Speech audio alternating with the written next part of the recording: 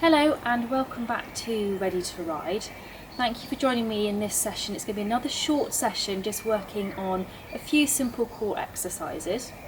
We're going to start off lying on your side and we're going to do an exercise called the clam. This is really good for working your glutes, but it's also really good for pelvic control. So you're going to start off with your knees bent and your feet lined up with your bottom. So if you lift your feet off the mat, they should line up with your bottom.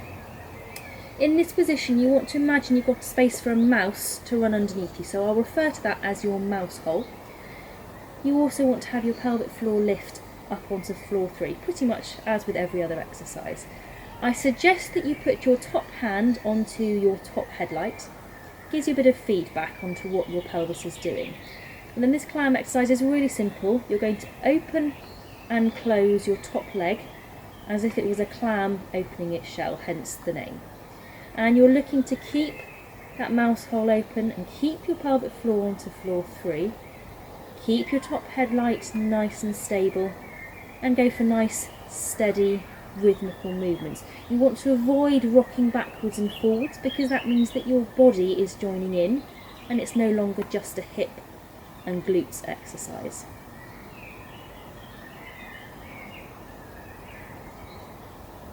Okay, you might find if your glutes are quite weak that you can only manage to do 4 or 5 of those, but if you're quite strong through there, you can really push on through the reps towards 20 or 30 if you're feeling confident.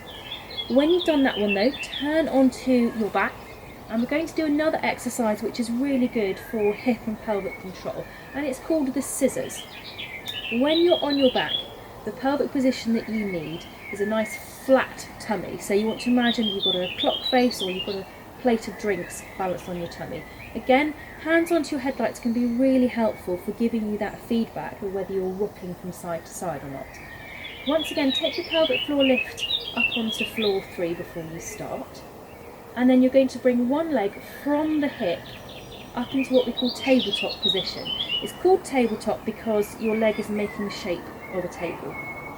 Take that leg back down, check the pelvic floor, check the neutral flat tummy, and bring the other leg up to tabletop. You're going to alternate at your own pace, keeping an eye that your headlights stay nice and still. It's really easy with this exercise to lose track of where your tabletop position is, but also to start cheating and to find that you're bending from the knee instead. So then people start to do this sort of movement instead. So be really strict that you are actually moving purely from the hip. Okay, I'm now going to change sides and I'm going to do my clam on the other side. So same starting position as before, knees bent, feet lined up with my bottom, mouse hole open, pelvic floor onto floor 3 and top hand onto that top headlight for some feedback. And I'm going to open and close that top knee, looking for a nice smooth and steady movement, keeping the mouse hole, keeping the pelvic floor and keeping the top headlight really still. Just like with the other side, you can really do as many reps as you want to do or as you feel comfortable with. Your glutes always need to be strong, so if you want to push on through the reps, that's absolutely fine. Just don't go beyond a little bit of mild discomfort. You don't really want to be pushing and making yourself really, really sore.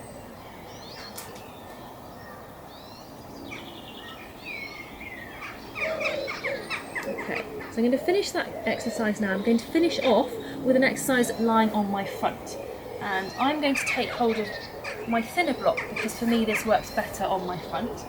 And we're going to do an exercise called the swan dive. This is really good for trunk control, but particularly for shoulder girdle strength and stability.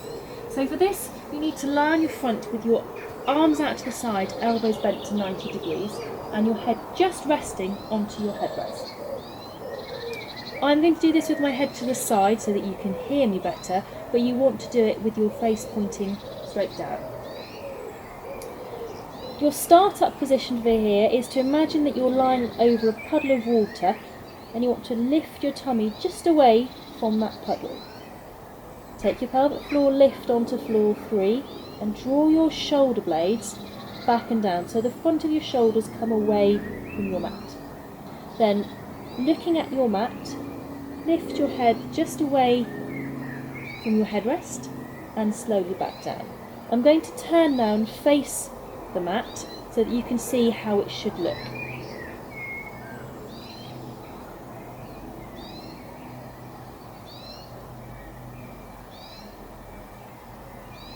And you really want to feel as you're doing it that your head and neck move as one.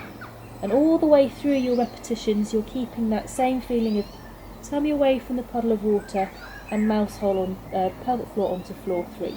You can make it a little bit harder if you feel able to do so by adding in some arm movement at the same time, and that would look like so.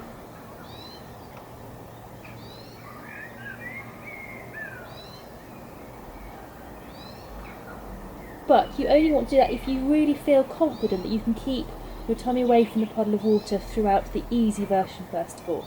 So I hope that's given you a few little exercises that you can do anytime if you're short of time to do a full Pilates session. Thank you for joining me, and I will see you again soon.